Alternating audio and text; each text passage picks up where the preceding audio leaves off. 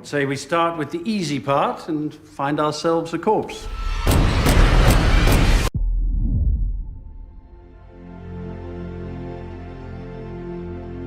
Hi folks, and welcome back to the Storm and Cellar.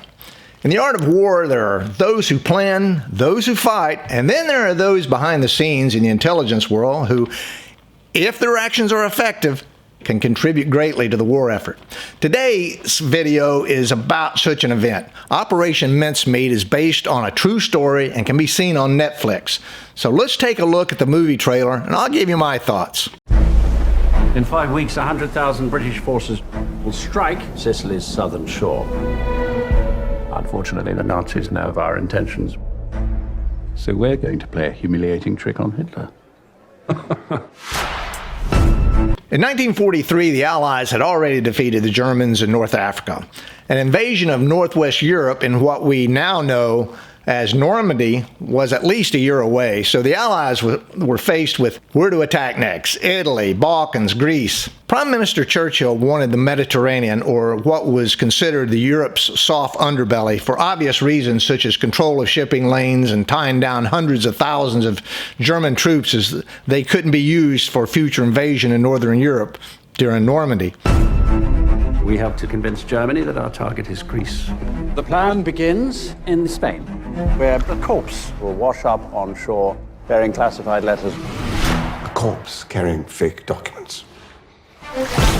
Given the fascists know. Sicily was a logical choice for the next invasion landing. Even the Germans knew that. In order to carry out a successful invasion of Sicily, it was critical that the Allies convince the Germans the attack would occur elsewhere. We could quite literally float the documents right into enemy hands.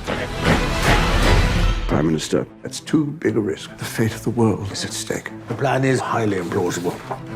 So when can it be ready? The ruse to use a dead man disguised as a Royal Marine officer with fake documents. This was a big gamble for the Allies, but Churchill and Eisenhower both agreed and signed off on the plan. Start with the easy part and find ourselves a corpse. The thing is, the Germans will scrutinize every detail of our fallen man. Where are his legs? He must be as real as you or I. He would carry a letter from his wife professing her deep love for him. Very good. The two main characters, Charles Cholmondeley and Ewan Montague, were the main architects of the plan.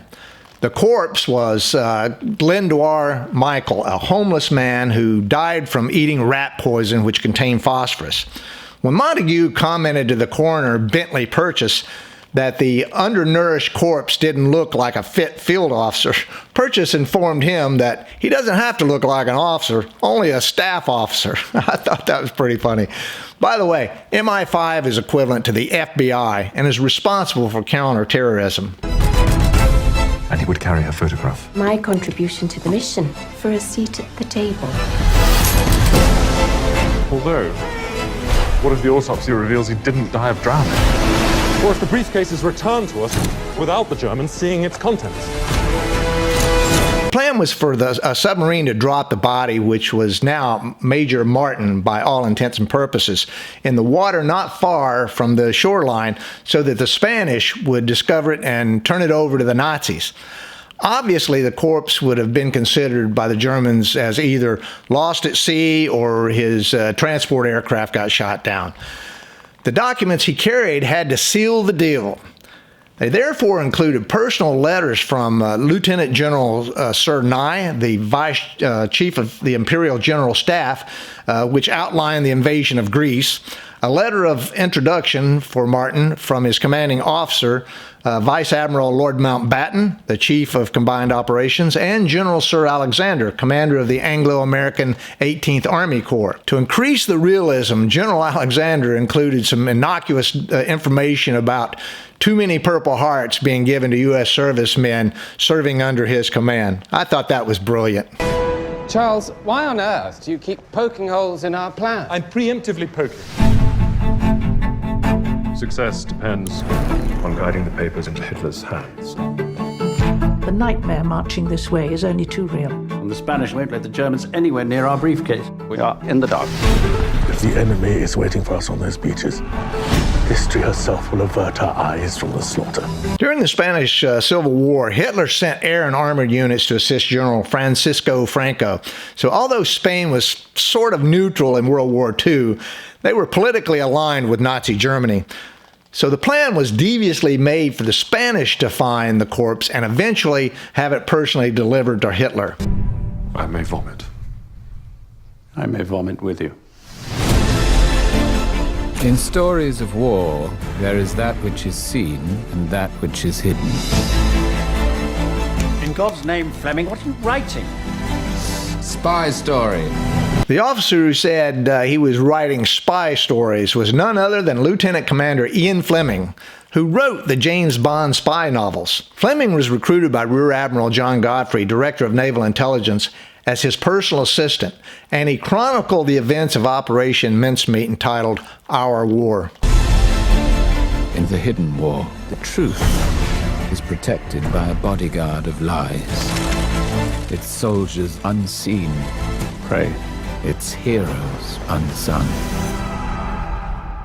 This is our war. Of course, Operation Mincemeat was successful. On July 9th, the Allies invaded Sicily. Generals Patton and Montgomery led the invasion and met very light resistance.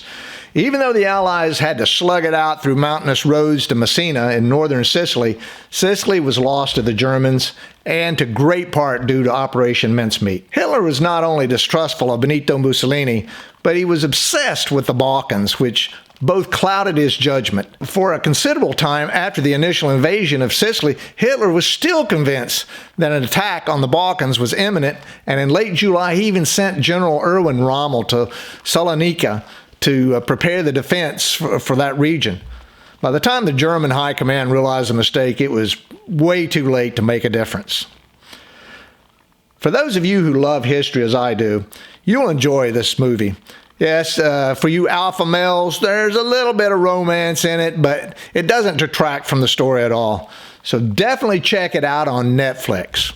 Okay, hope you enjoyed the video. If you did, please give me the obligatory thumbs up and subscribe to my channel to help it grow, and push it out to more folks, including your friends. I'd like to hear what you think by leaving your comments below. So until next time, as in life, make sure your takeoff and landing's always equal.